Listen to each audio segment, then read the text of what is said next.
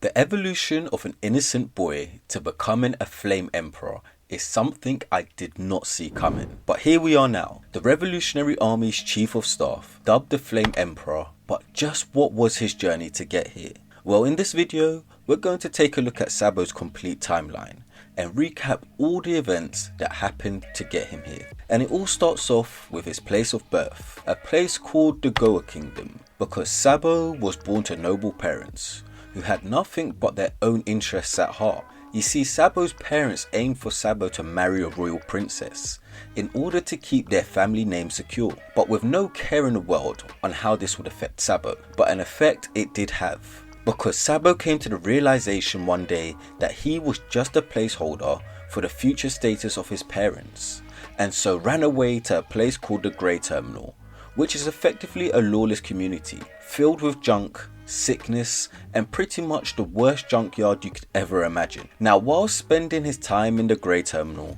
Sabo met another boy named Ace, and they literally became the best of friends. With the two having shared a dream to becoming pirates one day, they began robbing people in order to save treasure for their future. However, at some point down the line, Ace introduced Sabo to Luffy, but this wasn't without some troubles. You see, at the time, Luffy was actually captured by some pirates who Ace had stolen treasure from, but Luffy, being Luffy, stuck to his guns and he didn't tell them where the treasure was hidden.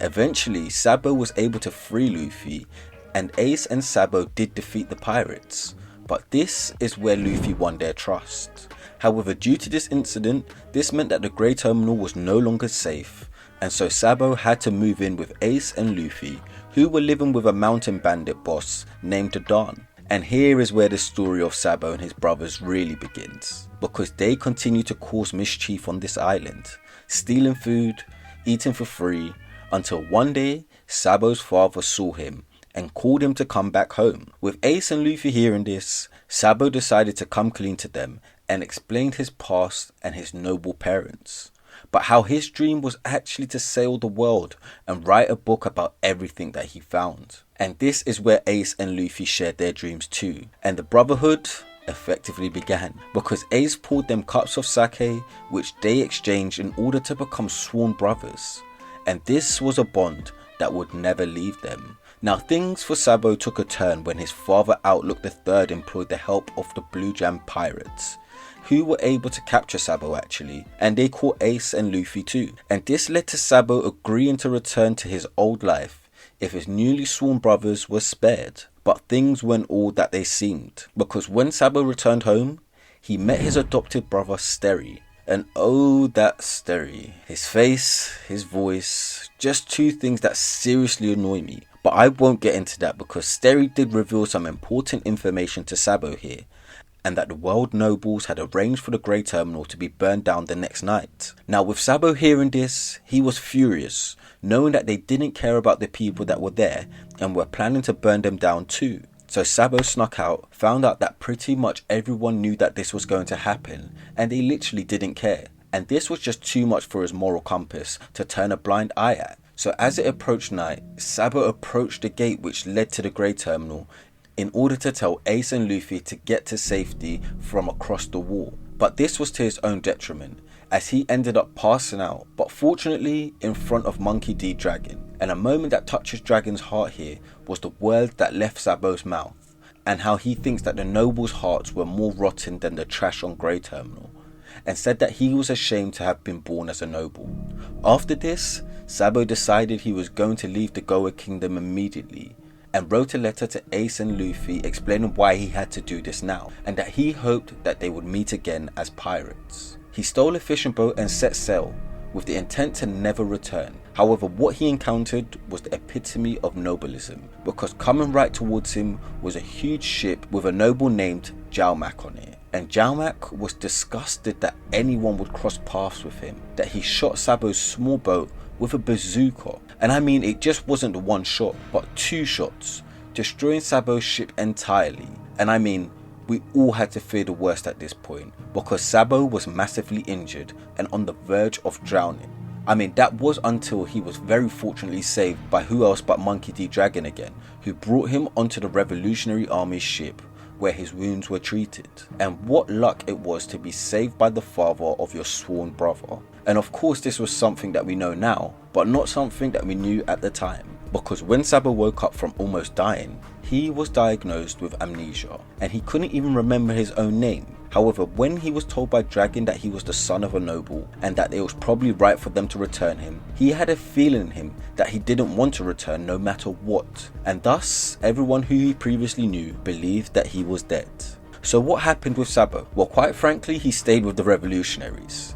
And it's here where he trained with them, alongside other orphans, including Hack, who's the fishman if anyone's forgotten him. But it was clear to see that Sabo was a complete beast already, and that by age 13, he was training under Monkey D. Dragon himself. I mean, Sabo's progress was so great that he rose to the rank of Chief of Staff, and being the number 2 of the entire organization, being only second to Dragon himself. But things weren't as great as they sound, because let's not forget that Sabo had amnesia, and due to this he didn't take part in the Paramount War at Marineford, and consequently his sworn brother Ace was killed. And it was only when reading a newspaper article about the war at Marineford did Sabo remember his sworn brothers Ace and Luffy, and the grief he felt post reading this literally gave him an extremely high fever, causing him to be unconscious for 3 days. And I can only imagine such hurt, knowing that you could potentially have saved your brother, but you couldn't even remember him at the time. That would completely break me. But upon finding out that Luffy had survived, he swore to protect Luffy at all costs, coming to his aid wherever and whenever he would need him. And boy did that come into fruition soon, because Dressrosa happened. And what a stroke of luck that Sabo, alongside some of the other revolutionaries, including Koala and Hack, were actually in Dressrosa to put a stop to a weapons trade that Dofi was managing.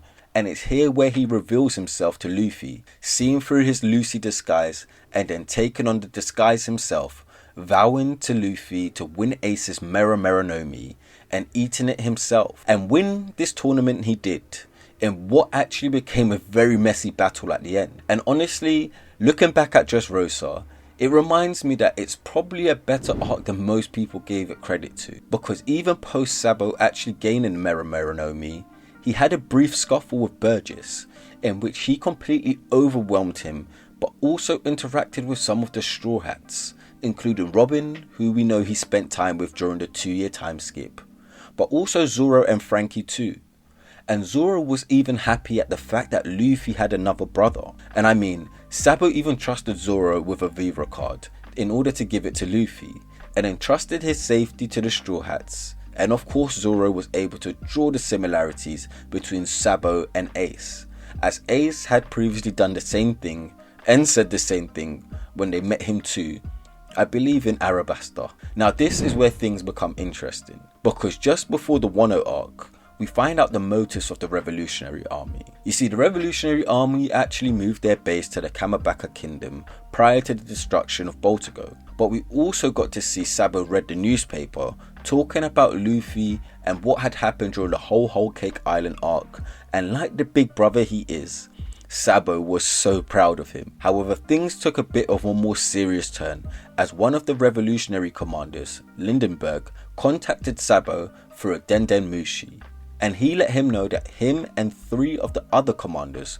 would be arriving a little bit late for Dragon's meeting. However, whilst waiting for them, Dragon spoke to Sabo and discussed their plan to declare war on the world nobles during the Reverie arc. And declare war they did, because Sabo alongside the other commanders infiltrated Merajoa, with Sabo disguising himself as one of the guards that was riding the Bondola with Steri and the Neptune family. Now once in Merajoa, Sabo resolved that not only would they declare war, but they would also save Kuma from enslavement from the world nobles too. And I'm starting to get a casual theme of Sabo kind of like having quite a lot of resolve here. And true to his word he was, because during the Wano Country arc, we find out that on the 4th day of the Reverie, Sabo and his group battled Fujitora and Greenball in order to rescue Kuma, and that mission was a complete success, as he and his group escaped Merajoa. Now what was also interesting is that Sabo was also alleged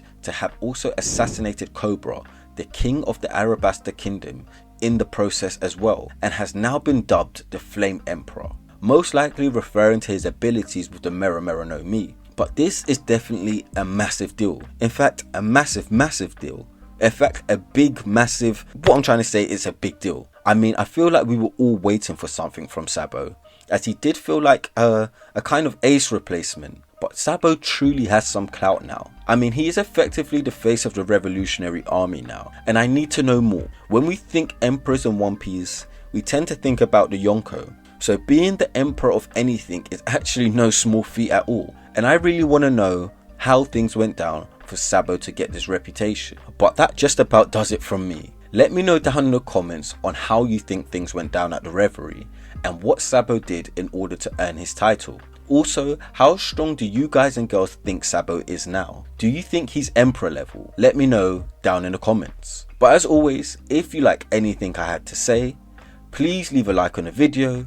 And if you like content like this, then make sure you subscribe to the channel so you never miss out when I drop more content just like this. Say.